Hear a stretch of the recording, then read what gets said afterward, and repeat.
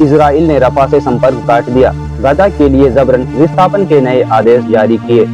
Israeli सेना ने कहा है कि उसने मेराग कॉरिडोर का निर्माण पूरा कर लिया है, जो रफा शहर को गाजा के शेष हिस्से से काटता है। इसके साथ ही उसने पट्टी के दक्षिणी हिस्से पर अपने हमले बढ़ा दिए हैं। इजरायली सेना के अरबी भाषा के प्रवक्ता ने शनिवार को खान यूनिस के कई इलाकों के लिए जबरन विस्थापन आदेश जारी किए तथा इस क्षेत्र के इजराइल पर कथित हमास द्वारा दागे गए रॉकेट के जवाब में बड़े ताकत से आसन हमले की चेतावनी दी है।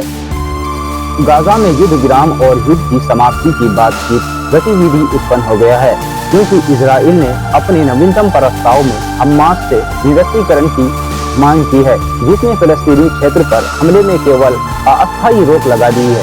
बात यही है कि कहा जाता है कि मरने वालों की संख्या तेजी से कम हो गई है, 51,000 तक पहुंच गई है।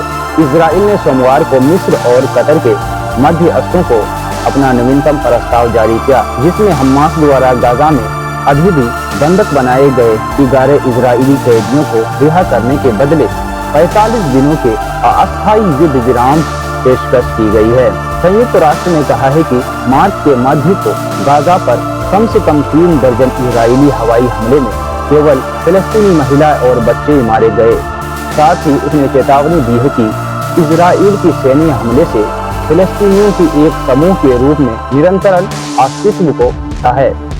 संयुक्त राष्ट्र मानव अधिकार उपायुक्त की प्रवक्ता रवीना तमदसानी ने शुक्रवार को कहा है कि कार्यालय ने 18 मार्च से 9 अप्रैल के बीच गाजा पट्टी में विस्थापित लोगों के लिए आवासीय भवनों और तंबुओं पर 244 इजरायली हमलों का दस्तावेजीकरण किया गया है। संयुक्त राष्ट्र का कहना है कि वेस्ट बैंक में विस्थापित रिकॉर्ड स्तर पर है।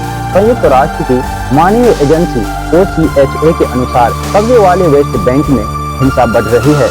जैसा कि उसकी ताज़ा मासिक रिपोर्ट में बताया गया है कि OCHA के फलस्तीनी कार्यालय ने पूर्व में ट्विटर पर एक पोस्ट में कहा है कि सहायता समूह सक्रिय हो रहे हैं, लेकिन हमें वेस्ट बैंक का दूसरा गाजा नहीं बनना चाहिए। OCHA के आंकड़ों के अनुसार जनवरी और फरवरी 2025 में कब्जे वाले वेस्ट बैंक में 44,285 लोग विस्थापित हुए। इनमें से अधिकांश 38,710 लोग वेस्ट बैंक के उत्तर में इजरायली सैनिकों और फिलिस्तीनी लड़ाकों के बीच संघर्ष के कारण विस्थापित हुए। इसके अलावा 2,765 लोग इजरायली बलों द्वारा उनके घरों को नष्ट किए गए और 837 लोग यहूदी बस्तियों के निवासियों द्वारा की गई हिंसा व आगमन प्रतिबंधों के चलते विस्थापित किया गया। यूट्यूब पर देख रहे हैं तो सब्सक्राइब कर दीजिएगा और फेसबुक पर देख रहे हैं तो फॉलो कर दीजिएगा। शुक्रिया।